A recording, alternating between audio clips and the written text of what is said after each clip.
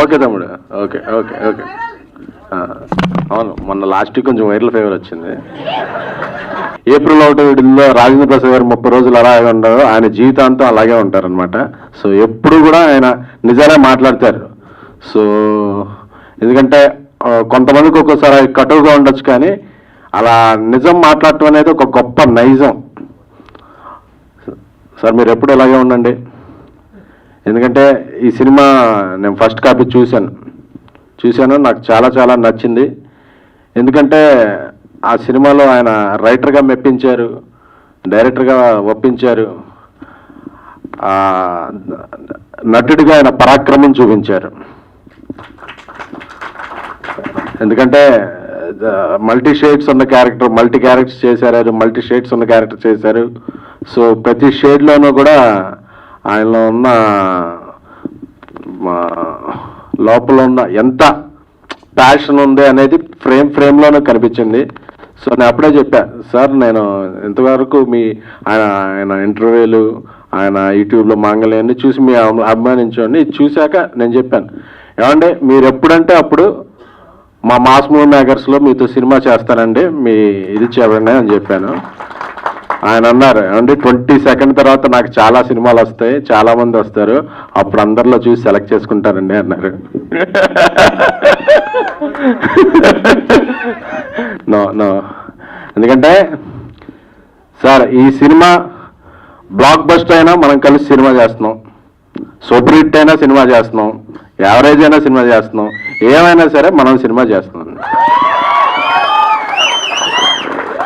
ఎందుకంటే నేను పర్సనల్గా సినిమాలు చేసేటప్పుడు నాకు ఆల్రెడీ అయిపోయిన స్టార్స్ కన్నా రేపు వీళ్ళు స్టార్స్ అవుతారన్న వాళ్ళతో సినిమాలు చేయటం. ఎందుకంటే నేను టాలెంట్ని మాత్రం నమ్ముతాను.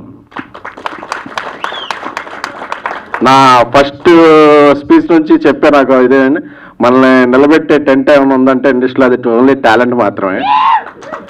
సో ఆయన దగ్గర చాలా ఉంది, ఆయన దగ్గర గట్స్ ఉన్నాయి. ఎందుకంటే ఆగస్టు 22 అంటే ఇండస్ట్రీకి ఒక పండగ. ఏంటంటే అది మెగాస్టార్ చిరంజీవి గారి బర్త్డే. సో అలాంటి రోజున ఈ పరాక్రమం సినిమా థియేటర్లో రాబోతుంది. చెప్పా, సార్ మీరు రిలీజ్కి ఏం సపోర్ట్ కావాలంటే అది చేస్తా, ప్రమోషన్కి ఏం సపోర్ట్ కావాలంటే అది చేస్తా, బట్ ఈ సినిమా ఎక్కువ మంది చూడాలి. ఎందుకంటే ఒక 100 కోట్ల సినిమా పెట్టి తీసిన సినిమా చూడకపోతే ఆ నిర్మాతకి, ఆ సినిమాలో పనిచేసిన వాళ్ళకి ఎలాగా ఇది వద్దు. సో ఆయన టాలెంట్ కూడా కొన్ని 100 కోట్ల టాలెంట్. సో ఆయన టాలెంట్ని ఎక్కువ మంది చూడకపోతే కూడా ఇండస్ట్రీకి అంత నష్టం. ఎందుకంటే టాలెంట్ ఉన్న వాళ్ళు రారు, ఏదో అలా నామకే వేస్తూ రికమెండేషన్ క్యాండిడేట్లు అలాగా అవకాశం ఉంది కాబట్టి. ఆయనకు అవకాశం లేదు, ఆయన అవకాశం కల్పించుకున్నారు కాబట్టి ఆయన ఇప్పుడు.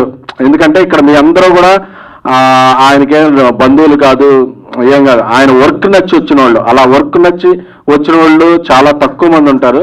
సో ఆయన్ని అభిమానించి వచ్చిన మీ అందరికీ కూడా స్పెషల్ థ్యాంక్స్. ఆయన తరపున నేను పర్సనల్గా చెప్తున్నానంటే, ఒక మనిషిని నచ్చి ఆయన ఎంకరేజ్ చేయాలని ఒక 2 hours టైం ఇవ్వాలని మీరు అందరూ వచ్చారు కదా, థ్యాంక్ యూ.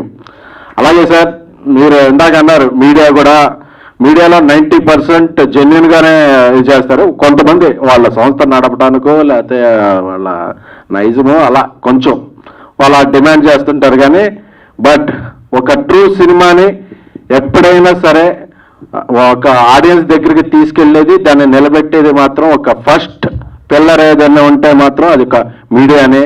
అది ప్రింట్ మీడియా అవ్వచ్చు, ఎలక్ట్రానిక్ మీడియా అవ్వచ్చు, సోషల్ మీడియా అవ్వచ్చు, ఎనీథింగ్.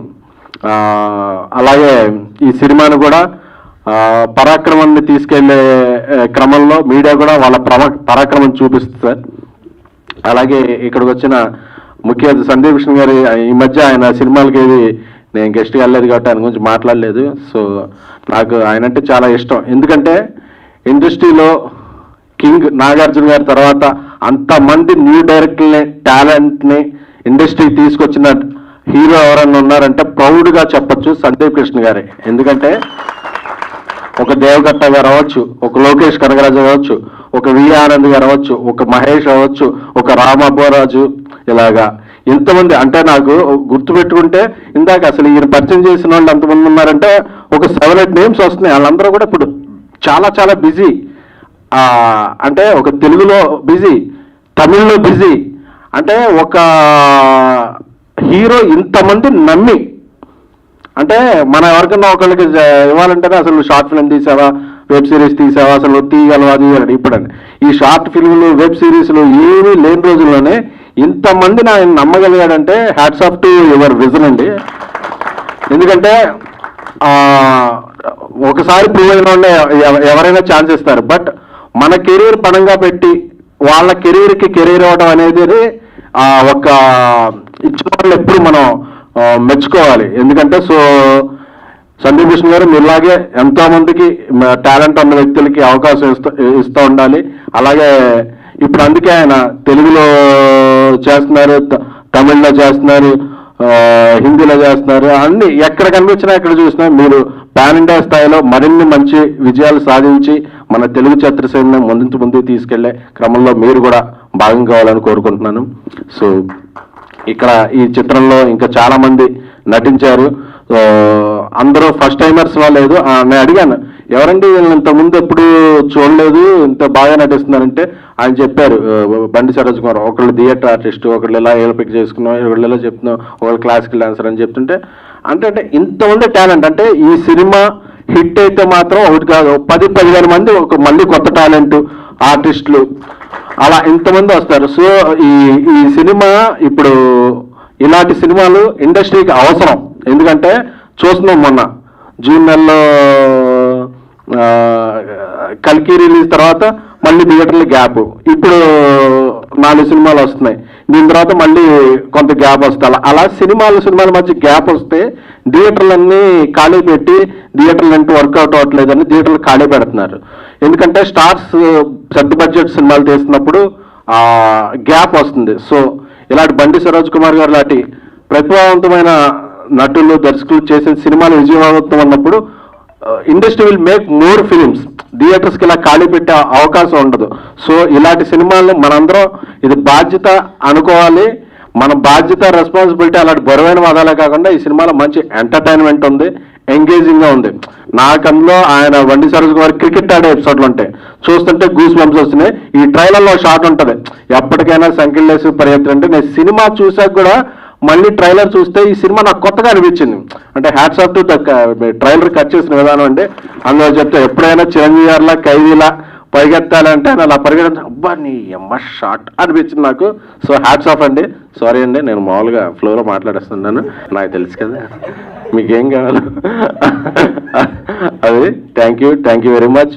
ఈ సినిమా 22 ఆగస్టు రిలీజ్ అవుతుంది. ప్రీ రిలీజ్ ఫంక్షన్ ఇంకా చాలా ఉంటాయి. సో ఇంకా అన్ని ఫంక్షన్స్కి మీడియా, అలాగే మీరు బండి సరోజ్ కుమార్ అభిమానించేవారు అందరూ కూడా ఈ సినిమాని మరింత ముందుకు తీసుకెళ్లాలని కోరుకుంటున్నాం అండి. Thank you so much.